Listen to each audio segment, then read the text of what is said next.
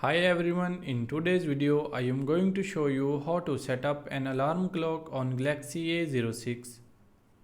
First of all, open the clock apps and click on alarm, and here you can see on the top option plus icon. Click on this and from here you can see time clock.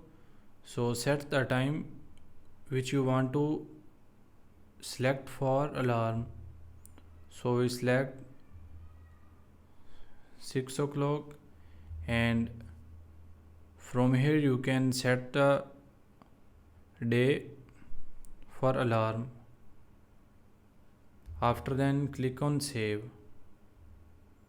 Now you can see alarm set for 6 o'clock. By applying this method you can easily set up an alarm clock on Galaxy A06. I hope this video is helpful for you. Thanks for watching.